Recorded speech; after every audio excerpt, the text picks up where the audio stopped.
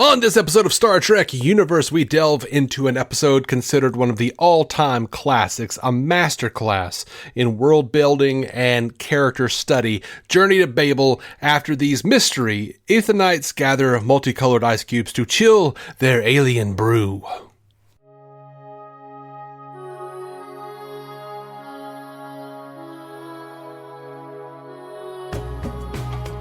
Welcome into Star Trek Universe. I am your host, David C. Robertson. And I am Effie Pelders. And how this version of the show works is I've seen it a bunch. Effie has not seen it at all. And this is her first time watching it and talking about it. Yeah. And judging from the intro, I'm not supposed to hate it. So You're not. Do you, though? No, I'm not at all. It's okay if you did. I'm not going to judge you. No, I know, but no, it's absolutely delightful. This was a great way to start my day. I adore it. Yeah, no, it's lovely.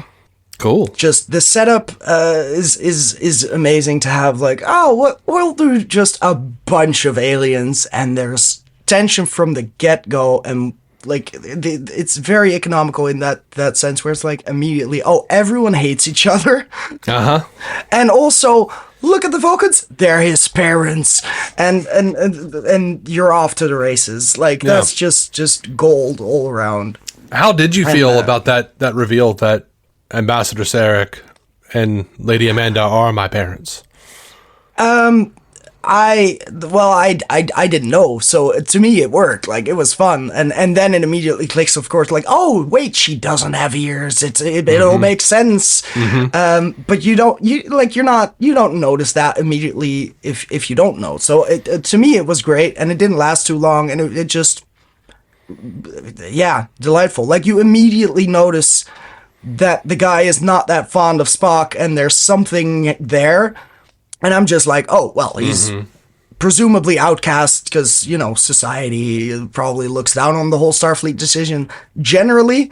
And then it like they up the tension by going, oh no, that's his daddy. Ooh, delightful. Just delightful. Yeah.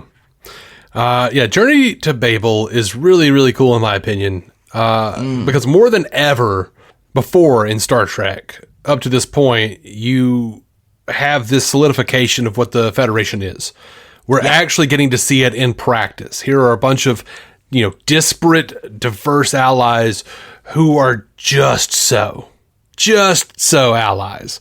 Like, just all barely, of them. Like, we're ambassadors, but do we get along? No, we just want shit. Like, all of them have different cultural behaviors. They have different beliefs. It's not a perfect system. They're all ill-tempered and self-important and suspicious of each other.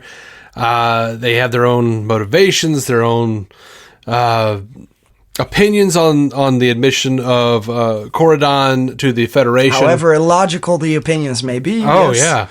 Which, by the way, they have shit tons of dilithium. The Corridon have shit tons of dilithium. It's what powers ships. And they are very much in need of protection from poachers and raiders who also might be, in cahoots with the Tellarites. Like, you accuse me, Vulcan? Oh, man. Yeah. Oh. Great stuff. And then there's the killer on board, trying to sow dissension and spy for a mystery party. And all of that is happening. While we get this, like, intense family story. Like, all of that would be more than enough to justify a two-parter. It would have been fine. And they managed to fit it into one episode, but also make it happen in the background. Because it's totally the B plot to... Yeah. Like, you have both the whodunit and the medical drama, and right. It's impressive that they managed to do it. And just from the fact that they had this many aliens, this many new makeup looks, like, that on its own would have made me go, huh. They're using the budget. Like, they're stretching it and making good use, and then you add the whole Spock drama on top. Fuck yes. Well, like, the Spock drama in of itself, like Spock and Sarek and Amanda, that entire family crisis drama. Like you have the estranged son and the father doesn't agree with his life choices. And all of this is like a whole last Lifetime movie. And they learn to come together because of the father's failing health. And like, I will be the donator. And, but That's the cliched version, but at the same time, like, they come together through shared denunciation of their mother's hysteria. Like, come on. It is very much, oh God, Mom, you're so emotional. I know. Why did you marry her? yeah. It's just. I would be hysterical too if I had to deal with these assholes. Yeah, my goodness. Like, like a couple hours ago, I had to slap my son because he was refusing to give a blood transmission to his dad. But he was refusing because he had a duty to perform, and that's one of the things I really like about it is because it's like a very like this. It is fathers and sons and mothers, and it's a duty versus personal obligation. The needs of the many outweighing the needs of the few. Because it wasn't like Spock was just like, I'm not helping that old fuck. He was like, no, exactly. He was like, no, dude, I'll help him. I've got the same blood, and we can just filter out the human shit. And apparently, yeah. And then Kirk gets shivved, and suddenly it's, there are more pressing matters. Yeah. But at the same time, like the argument that Scotty could have done about as well of a job as Spock could have in commandeering that battle. We needed Kirk. That's kind of where we always end up with the whole shoot ships in space part of it. Like, I do think that we needed Spock to be a little more stubborn to match the stubbornness of Sarek for the story. Oh, absolutely. Yeah, for the story. Sure. Of course. And I think Spock, and I think it's perfect. It's perfect because absolutely Scotty could have done that shit. But, you have this situation where Amanda is just like beside herself and being like, you have to do this. And Spock is like, what would my father think? Can you imagine what my father would say if I were to agree? If I were to give up command of this vessel, jeopardize hundreds of lives, risk interplanetary war, all for the life of one person. Like, despite the estrangement... It is very much... Yeah, it does only ring true not because of the logic or the regulations. It rings true because he is worried about what his dad might say. Yeah. Because he'll never look at me the same if I actually leave my post. I'm like, I cannot save his ass knowing that he's going to wake up and be even more disappointed in me. Yeah, exactly. Like, which is fair. And that's hard, dude. Like, that's like... Oh, yeah. Hell yeah. And there's, like, by the way, I love the metaphorical shit here. Like, Sarek's heart is the problem, and it's so much harder to fix because of how complex the Vulcan heart is. Come on. Yeah. Oh, that's good. Yeah. But yeah, they've just got some super issues, and it hit in the 60s. They got a lot of fan mail about this. And in the 60s, you had these World War II parents who are struggling to understand all these new options that their kids now have. And they're like, don't approve of all these things. Like, you grow up in peace, you piece of shit. What are you? Yeah. What do you mean you're getting a liberal arts degree? What the fuck is that? Right. Can you fix a car with that? And it's what that generation gap shit is what Spock and Sarek are going through. Absolutely. Yeah. And I mean, he didn't go to the Vulcan Science Academy, and he went to Starfleet. And how dare you? Yeah. It is a very simple rift, and yet just the fact that they haven't talked for like years is woof. That says everything. Where it's like, well, nothing's changed, so why should I come visit my mother? Woof. It immediately sets that tone so well, and like you get like, oh, there will be some form of reconciliation later on, but how they get there is still just it's impressive. And it makes sense that Spock wouldn't visit his parents aside from the estrangement. Of course. Yeah, he doesn't have a lot of fucking time, and it's kind of out of the way. I was going to say it made sense that he didn't go during amok time. It was like, well, Spock. Oh, sure. Spock, what brings you to Vulcan? My dick. Well, Mom, I'd love to come by, but I really need to take care of this erection, and I can only do it here. So I can only see you next time. It's either I have copious amounts of sex or murder someone. I mean, they are the same thing, apparently. That's how repressing masculinity, manifests. No, I was going to say they are the same thing. That's how I've come to understand it from cancel culture. No. So that's how I've come to understand it just from living life. And all these people asking me to choke them out. Well, yeah, okay. Yeah. And then all of a sudden, they're angry that you did it. And well, I wouldn't go that far, but sex and violence are intertwined weirdly within society. But let's assume that wasn't quite as openly discussed in the 60s. Yeah, well, maybe it wasn't. maybe. Don't read any of the old fanzines that were going around from Star Trek. No. Good point. Then.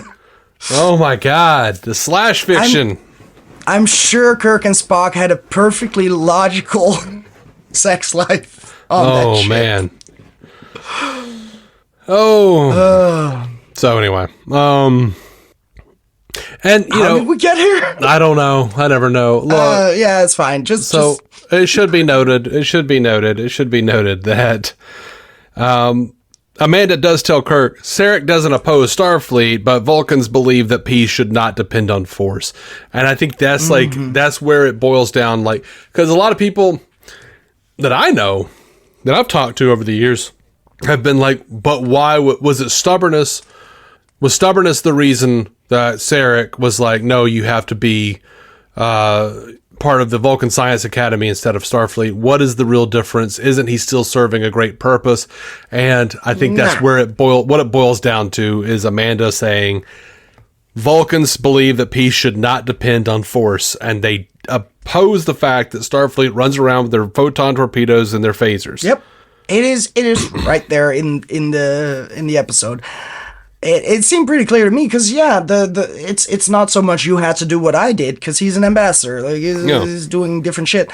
It's very clearly like you had these talents and you chose to use them non-pacifistically. Basically, you went into the military when no other Vulcan apparently does, because it's not very common to have officers from there, as far as I remember, right? Well, they do. There's even a ship that's nothing but Vulcans at some point. Oh. But later on. At some point. Sure. But at this stage, I mean, I don't know. Well, there's also like the idea that, he's a fucking ambassador. He's a dignitary over here. Like, that also doesn't help with reputational stuff. High standing in the Vulcan Council, like don't embarrass me. And then like your that. kid, exactly, yeah. Which I thought it was interesting. I know you've seen the 2009 reboot movie. Yeah, I vaguely remember that from years ago. And there's a scene where the Vulcan Science Academy or whatever is accepting Spock. And they say, "Oh, we've decided to accept you despite your disability." And he says, "Yeah." And he goes, "To what disability are you referring?" And they're like, "Oh, your human lineage." Yeah. Or whatever, your human mother, or something like that. And then he rejects them and very, very sassily says, "Live long and prosper." Oh my God. Jeez. It's totally how Zach Quinto played it too. I howled in the theater. I'm like, yeah, okay. That's a take, but okay. I feel it. I'd be pissed too. By now we can, accept that the human half is there. So well, which to me it is very interesting that just 60s views on genetics that a half-breed in quotation marks would present with half Vulcan, half human blood. Like what the shit does that mean? Either you can mix two species and procreate, or like what the fuck? What are we doing? Is this some sort of easel situation, like Spock couldn't procreate, or what are we doing? I don't know. What human shit ends up in the blood? Either he's God. Anyways, magical physiology shit that even McCoy doesn't understand. We'll just keep it vague, I guess, because don't overthink it. Well, okay. So, as we've seen in Star Trek previously, and I'm not talking about me, I'm talking about you two. Of course. Vulcans have much higher blood pressure. Their emotions, they run hot. They nearly destroyed themselves in war and with their tempers. So, like, the whole reason behind their pacifism and their subduing of their emotions comes from the teachings of Sarek, and they repress their emotions heavily because of how damnably violent they are. And even like, this is a funny thing, because later on there will be a show called Enterprise, and it happens like 100 years before Kirk. And the fans pitched an absolute bitch for 4 years that the Vulcans on that show were rude. They're supposed to be unemotional. They're supposed to be all of these things. And I'm like, motherfucker, did you not watch Star Trek like at the fuck all ever? Because like Journey to Babel, like Sarek is rude as shit. Oh, absolutely, because he's so devoid of everything. But he uses that as an excuse to just get away with everything. Like, he's a dick. Like, and, he is a dick to everyone he doesn't like. Yeah, and it's he was fighting an illness. No, he's just like all of these Vulcans, and you see it over and over again in the Star Trek lore, from the original series to the movies to TNG, DS9. Vulcans think they're superior. They don't like humans that much. Mm-hmm. They're just condescending dicks. Yeah. That's what they are. Exactly, but because we've idolized Spock so much, it's become this sort of like, no, but he's great, and like, dude, no. Yeah. They're still dicks. And the fact Spock is a dick at some point. Spock is definitely a dick sometimes, but the truth is, like, Spock... Usually when McCoy is also being a dick, so it's fine, but... Spock was so worried about being perceived as human and as less than, that he was a much better Vulcan. Like, much more polite generally. He was exceptional just because he had to. But all these other Vulcans are just like catty, shitty pieces of ass. Like, they're awful. And they treat everybody like shit. Yeah. So, like, when people start complaining about the Enterprise Vulcans, I'm like, what are y'all talking about? Like, it makes sense. Yeah. Like, they're all, like, super repressed, and they all just think they're better than everybody because, we're pacifists. Like, we don't have emotions. Like, then they say Vulcans don't lie, but all of y'all walk around lying constantly, saying you don't have emotions. Like, we all know that you're, like, chomping at the bit to just like rip a head off or something, like, because this is the episode where they explicitly mention, like, it's an academy, it's a teaching, it's like from a young age you're trained not to do any of that shit. And yet let's also look at this quote from Amanda, Spock's mother. When you were 5 years old and came home stiff-lipped, anguished, because the other boys tormented you, saying that you weren't really Vulcan. I watched you, knowing that inside that the human part of you was crying, and I cried too. The Vulcans are not nice. Great. The Vulcan kids were assholes. Apparently. It's not logical to bully someone for being half human, but they did. They did. Yeah. Yeah.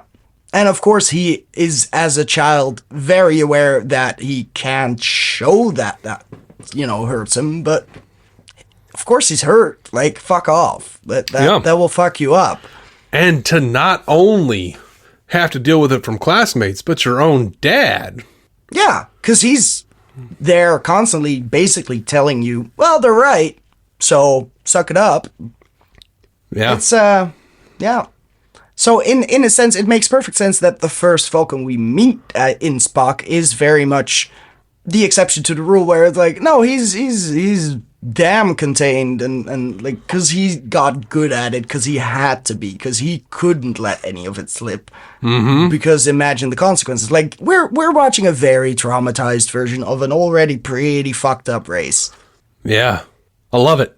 Absolutely, it's great storytelling. Fuck yes. Yeah. Also, I want to see a salad, whatever the fuck that looks like. Come on. Oh, Spock's teddy bear?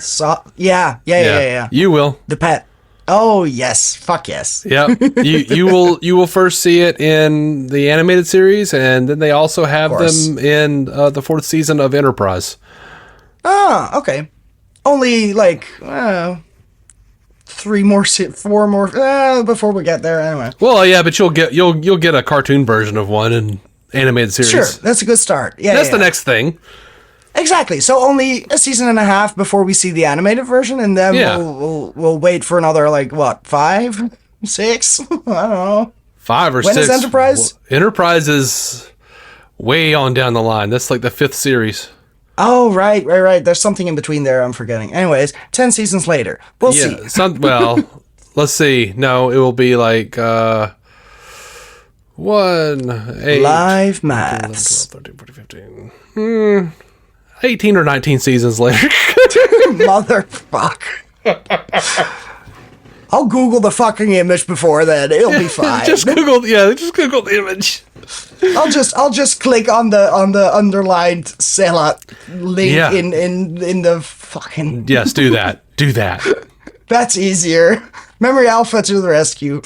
That is a delightful animated version, and god damn it, why is the live action version so small?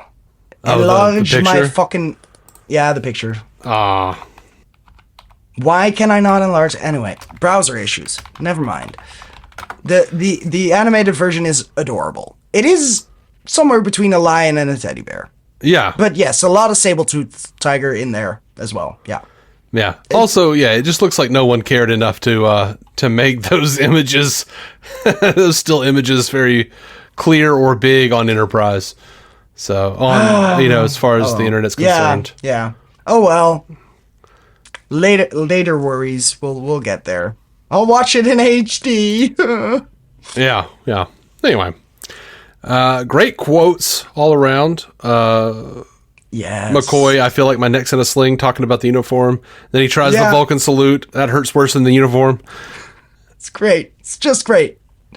I liked it. How much did you love, Meanwhile, Kirk doesn't even attempt it, so, you know. Yeah, no. Sarek, racist piece of shit. Tellarites do not Tellarites do not argue for reasons. They simply argue. Well, damn.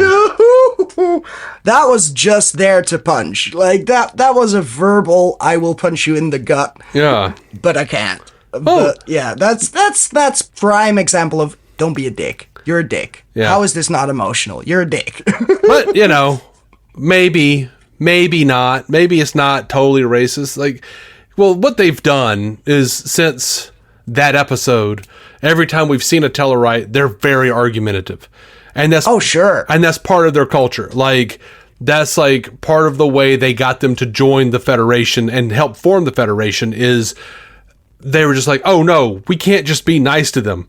You have to be a dick to them because they won't respect you. Part of their culture is they don't respect you unless you fight with them. Of course. Yeah. Oh, that's good. So, yeah, that was kind of a way Sarek is being nice there. Question mark. Yeah. How do you vote? How do you vote, Vulcan? We have no patience here. Yeah.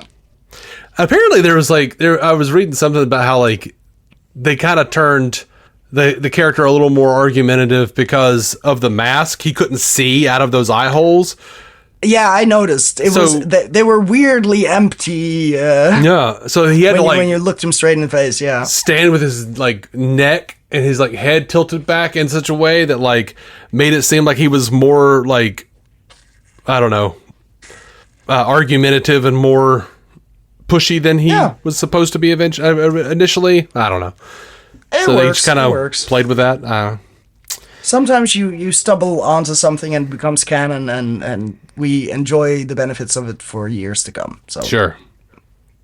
I really liked Sarek defending Spock and telling Amanda, you embarrassed him. Not even a mother should do that. Yeah. And she's like, you're showing almost human pride in your son. And he's like, it does not require pride to ask that Spock be given the respect which is his due. Not as my son, but as Spock. Like, dude, just chill. You know what you're doing. Like, oh my God. yeah, it is very clear. Like, oh, you want him to be respected as an officer. Oh, yeah. Yeah. It's really logical. And they were really hitting home on the Vulcans don't approve of violence, just so you would not believe that Sarek murdered that asshole Tellarite. Yeah, which, not like we figured he would be the prime suspect, and we Right. also figured he probably wouldn't have done it. So They're like, but could he have? Oh yeah, he could have. Oh shit. yeah, of course he could have. They're pretty damn strong. Like, oh yeah, he knows exactly how to do that shit, but we don't approve of violence. Like, No, exactly. we learn how to do it, but we don't do it. Yeah. There's a name and a ritual for it, but It's an ancient ritual from back It's when never- our blood burned yeah, hot. yeah. It's fine. And at the same time, is it ever explained why the surgically altered whatever the fuck spy Andorian? did know how to do that? Oh. No. Why No, wouldn't he just snapped his neck accidentally very well. Well, if he's a spy, right? And he was specifically going to undermine Vulcan, because Vulcan, like, Sarek's vote Right. carried, Yeah. Sarek's vote carried a lot of weight behind it. A lot of people are going to do what Sarek's going to do.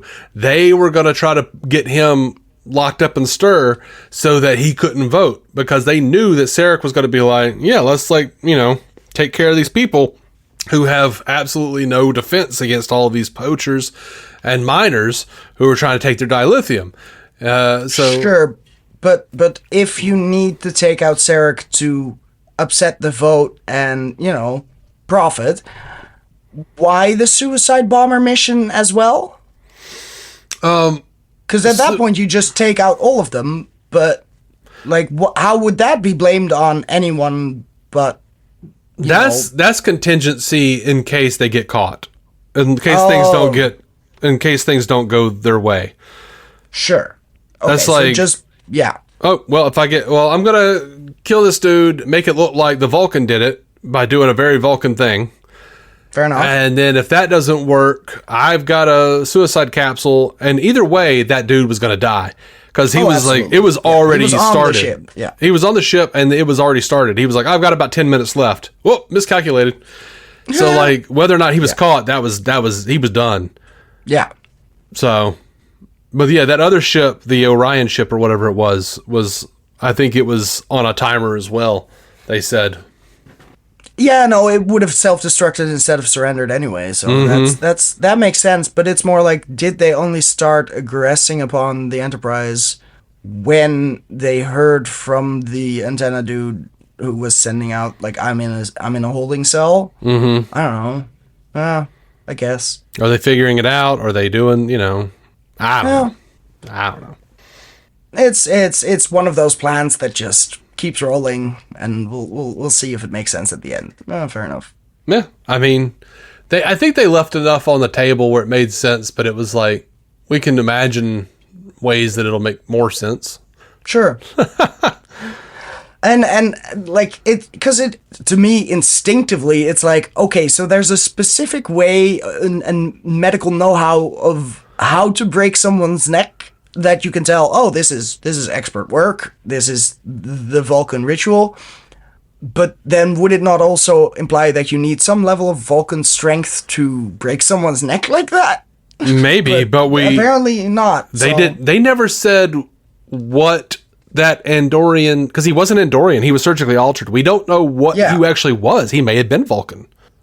But then he would have been a Vulcan that works for the whatever the drug traders are, the Orions. illegal, illicit Orions. Thank you. Yeah, could have been. All right. But the Orions are also strong. It could have been an Orion. Okay, yeah, I wasn't sure how strong the Orions were. Have we seen Orions, like, unaltered before? Well, we kind of. You saw in the first episode, the Cage. Vina looked like an Orion slave woman dancing for Pike and company. Right. So the ship was full of green guys, presumably. Well, you'll find in the anime series there are a group of Orions who are blue.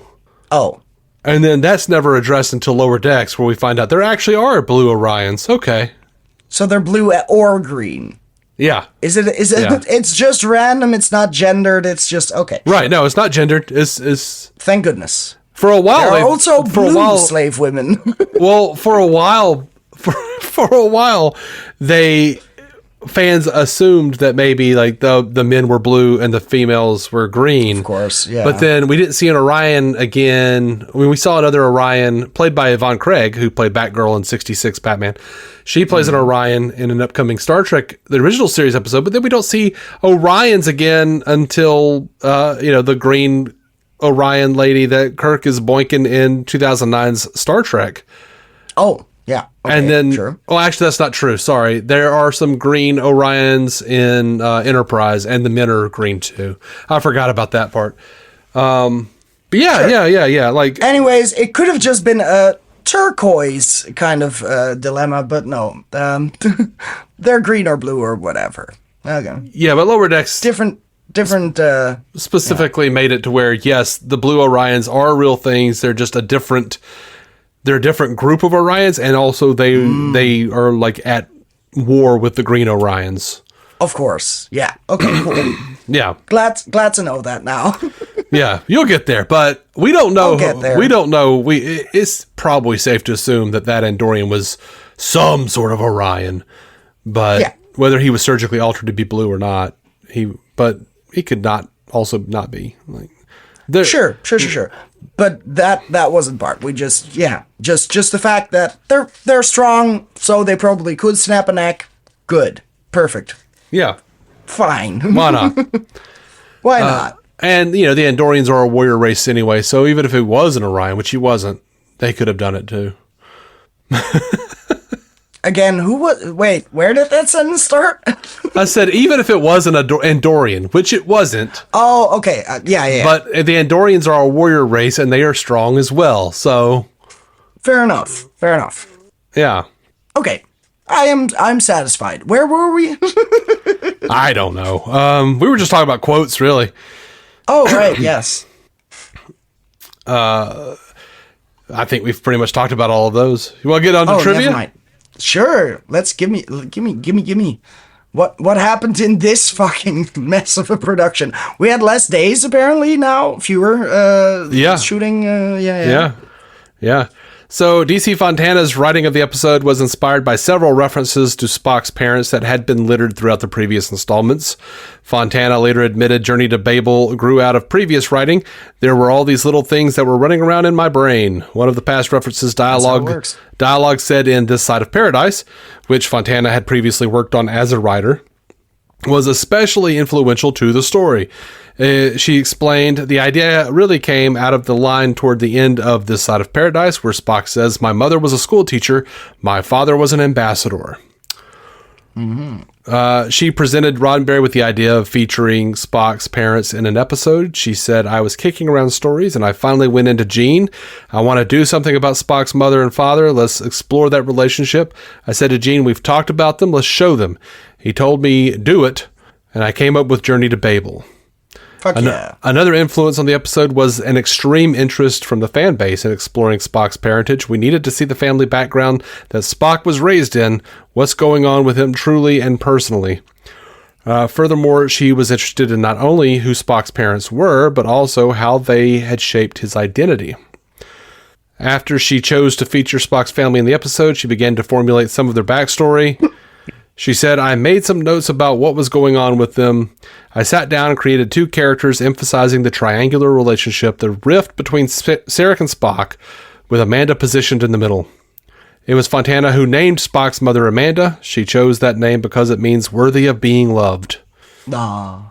Fontana was interested in making the aforementioned rift multidimensional. She remembered one of the points I wanted to make believable in Babel was that both Spock and Sarek were right, as their own convictions applied to themselves, and wrong, as their convictions applied to each other. This interpersonal friction, despite being between a full-blooded Vulcan and his half-Vulcan son, enabled Fontana to somewhat humanize the story. She said it was really about the generation gap, which can be either a wall or, something warm and lovely. And in this case, it was a wall as far as between the father and son. She also reckoned that the family dynamic of having the hybrid Spock biologically between the extremities of the two others was bound to create a lot of character problems. Roddenberry approved of taking the opportunity to center the episode on the conflict between Sarek and Spock. The multifaceted character dynamics within the family propelled Fontana to write the story and script. This was, quote, this was the first mention that Spock and his father had been estranged. Well, why? What's with his mother? What feelings does she have in this particular triangle between husband and son? And what kind of a woman was she to marry a Vulcan, go to Vulcan, live like a Vulcan, raise a half-Vulcan son? What was that all about? In an early draft, Fontana planned for a Vulcan city to be shown in the episode's teaser. When Spock meets up with his parents, she explained the cost of doing a matte or painting of the city was prohibitive. Yeah. Hence, the shot was removed. Yeah. Fontana was not concerned, while writing this episode, about how costly producing the story's variety of aliens would be, since she was aware that because the installment is set entirely aboard the Enterprise with no extra planetary or ship sets needed, the finances could be spent wholly on the costumes and makeup. In the original script, Sarek and his company were beamed aboard the Enterprise, but after going over budget with the expensive Vulcan, Andorian, and Tellarite makeup, as well as the outer space footage of the Orion ship, there was no money left for the transporter effect. The Vulcan's transportation to the ship by the shuttlecraft was decided upon because it could be done completely via the use of stock footage from the Galileo 7. That makes sense. In DC Fontana's opinion, not much was altered between how she envisioned the episode and the way in which it turned out. Quote, it was shot pretty much as I wrote it, only a couple of things were changed. One scene was added in which Amanda talks to Kirk about Sarek's relationship with his son. It seemed to me that would have been inappropriate, and that she would not have blurted out all of this information to Kirk. I did not have anything to do with that scene, and I think Gene Roddenberry rewrote it. Oh, likely. Who'd have guessed? Nimoy regarded this episode's depiction of Spock's relationship with his parents as a very worthy allegory of the difficulty many teenagers encounter with their own parents. When Mark Leonard was cast as Sarek for this episode, he was 43, only 7 years older than Leonard Nimoy. He's 102. He can pass. Yeah. Before he was cast as Sarek, Leonard played the first major Romulan character seen on Star Trek, the Romulan commander, in Balance of Terror. You remember that? Oh, he was familiar. Yeah. When she was offered the part of Amanda, Jane Wyatt had never heard of Star Trek and thought it was a comedy. She expected to have a week of laughing on the set, but upon arriving for her first day of working on the episode, she was very surprised by how seriously everyone was taking the show. Whoops. As a tribute to her long and distinguished career, she is titled Miss Jane Wyatt in the episode's closing credits. Fancy. DC Fontana was uninvolved in the casting of Mark Leonard and Sarek and Jane Wyatt as Amanda, but ultimately approved of the selections of those two guest stars. Quote, they were brilliant together. The two of them looked superb. They were just wonderful, and they carried it off so well, even the volcanisms that we had put in. Leonard Nimoy once recalled that Mark Leonard and Jane Wyatt came to him for advice on Vulcan culture. He replied that he had come to believe Vulcans placed great importance on their hands and hand gestures, and suggested Leonard and Wyatt find a way to demonstrate that. The actors then created the finger-touching gesture seen in the episode. Girl, girl, girl. Finger blast, finger blast. Any occasion. Just whenever you can force it in there. But I like that grew out of Nimoy just being like, oh, this is what I came up with last time, so yeah. Apparently it's a thing we do, so yeah, cool. Yep. Sarek appears on screen for the first and only time in the original series. He was not seen again until Star Trek III, The Search for Spock. 17 years later. Jeez. I'm glad they got him back, though. That's fun. Yeah. This episode introduces the Andorians and the Tellarites. Later episodes establish that, along with humans and Vulcans, they are two of the 4 founding members of the United Federation of Planets. Huh. Okay. The gathering of aliens in this episode is of notable continuity. DC Fontana stated about the installment, it was the first show we had done with a number of different aliens all together in one place with some goal in mind. Yeah, great. Also, what were the golden, what species were they? What planet were they from? Oh, the they were golden tiny. Yeah, they were not named. Ice in their, They were never not named. No, I didn't say that. They were not named in the original series, but Right. Manny Kodo, during the production of Enterprise, named them Ithanites, and then we heard the name a few times, but they were never shown. Oh, sure. Okay. But on Memory Alpha, there, if you look up Ithanites, is a picture of those two guys. Because they're the only ones? Yeah, that we know of, that we've seen. That's amazing. I love it, though. They were fun. So, just cover them in gold. Have them have a drink. Great. Yeah. The episode marks the first mention of Starfleet intelligence. It is also the first mention of Spock's pet Selot. Yeah. Which will, as I said, be in the animated series episode Yesteryear, and was also shown in Star Trek Enterprise in the 4th season, I believe. We'll get there, in 18 years. Yeah. DC Fontana has repeatedly named this episode her favorite out of all the Star Trek episodes she wrote. I can see why. While Spock, Leonard Nimoy, was often deluged with fan mail on a regular basis, this trend was outdone following the broadcast of Journey to Babel. Indeed, the fan mail poured into the studio at an incredible rate, only this time addressed to Mark Leonard, who for 2 weeks topped those coming for Nimoy. Dang. Okay. You would think they would have found a reason to bring Sarek back. Yeah, you'd figure, but maybe he was doing different shit in between. I haven't checked out his entire career. I mean, if he became a regular on some other show, whatever. Yeah. But that's really all I have. Like I love I love seeing more backstory on Spock. I love seeing Nimoy and Sarek, Nimoy and Mark Leonard interact and find that common ground. And even though they're kind of shitty to Amanda at the end. Yeah. It's just funny to me. Like, it's not a big issue, but it is very much they came closer together, and she's still the outsider. Okay, that's lovely. But she's very smiley about it right after, so whatever. Yeah, well, she had her little freak out about how sick she is of logic, which was kind of fair. Uncalled for at the time, There's no reason to go all nuts about it. I understand, you've had a day, you had a bait of it, but yeah. Oh lordy, very illogical. By the way, can I just say, I do really enjoy, like, McCoy is like, Kirk, sit your ass down. You need to. And then Kirk is like, wait a minute. He won't stop being captain to save his dad. Jesus Christ. Okay. Motherfuck. Okay. I'll get up. I am gonna pretend that I am so okay. And as soon as Spock, and I love it, like, he's like prancing around the bridge, like, Mr. Chekhov, do the thing, or whoever it was. He's very overtly like the charming Kirk. Right. Yeah. And that then, like, smile. Oh. And like Spock, the way Spock, he's like going to the elevator or going to the turbo lift and then stops, looks back, like, and Kirk's like, go on, I'm fine. I'm having a great time. And then basically crashes into the chair. Just collapses. Yeah. Oh man. And then is like, screw it, I've got to do this now. Shit. Yeah, now I can't leave. Motherfuck. People wonder, like, why do people revere Kirk so much? That kind of shit. Yeah, probably. Like, just the acting alone. Well done, Kirk. Yeah, it was better acting than Shatner in some points, but, Yeah, sometimes he does outdo himself, for sure.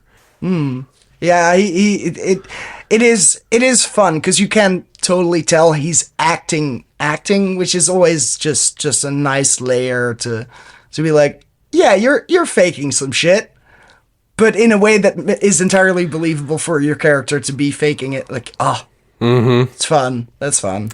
How'd you feel about the bit at the end where like McCoy forces Kirk to lay down, forces everyone to lay down? He's like, "What do you know? I finally got the last word." It's not a great ending line, but it is very much. It is fun that Spock and Kirk are like, yeah, I think he's enjoying this. He just wants to boss us around for once. Like, that made sense, but I would have left it there, and I don't know, the shushing was a bit much. Yeah.